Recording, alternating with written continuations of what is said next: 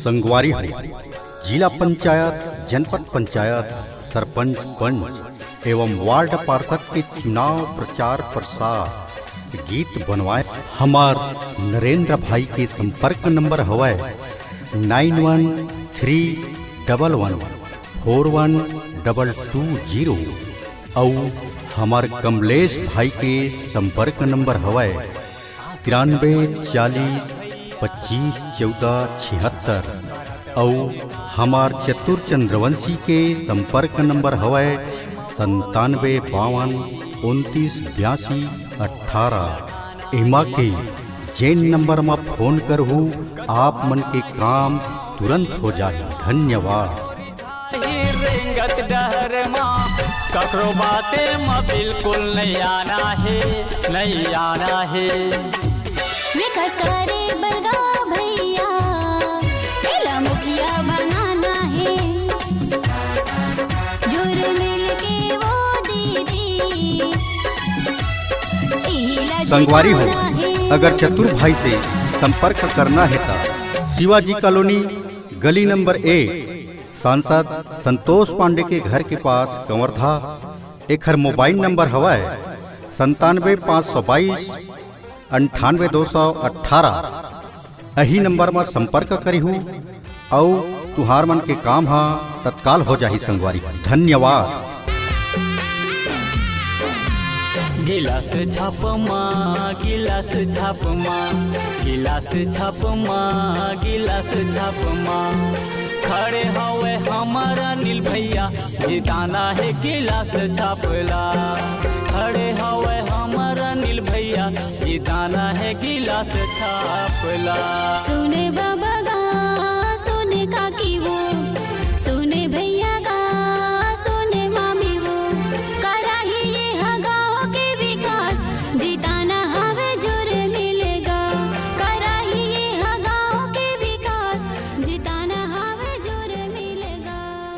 संगवारी हो हमार गायक कमलेश वैष्णव से संपर्क करना हेता एक पता हवा वही लोहारा रोड भगवत ध्वज के पास कंवरधा और एक मोबाइल नंबर हवा 9340251476।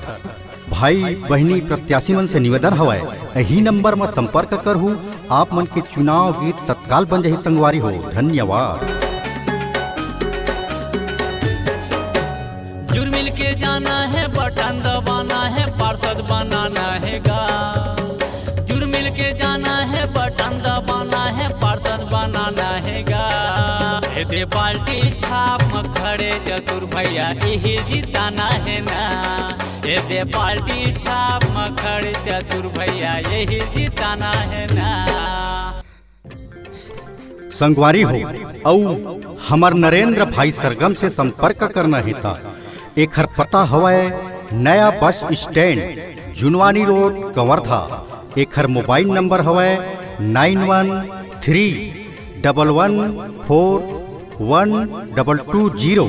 भाई बहनी प्रत्याशी मन से निवेदन हवा यही नंबर में संपर्क करहू आप मन के चुनाव गीत तत्काल बन जाही। संगवारी हो धन्यवाद। चतुर भैया खड़े हवे ना, जिताना हवे इही लवो दीदी। जिताना हवे इही लना, जिताना हवे इही लवो बहिनी। जिताना हवे इही लना। विकास करे बर वो दीदी, विकास करे बर गा भैया। विकास करे बर वो दीदी, विकास करे बर गा भैया। जिताना हवे ही लवो दीदी, जिताना हवे ही लना। जिताना हवे ही लवो दीदी, जिताना हवे ही लना। जम्मो प्रत्याशी मनबर आफर आफर महा आफर एकदम बम्फर आफर। चुनाव प्रचार गीत बनवाए पर कम से कम कीमत में महा आफर बम्फर आफर। तो संगी संगवारी हो जम्मो प्रत्याशी भाई मला निवेदन है एक बार सेवा के मौका जरूर देहू। धन्यवाद। रामलाल भैया ला पार्टी छापमा, जिताना हवेगा। जीताना हवना, ए सोलाना हवे का सरपंच बनाना हवना।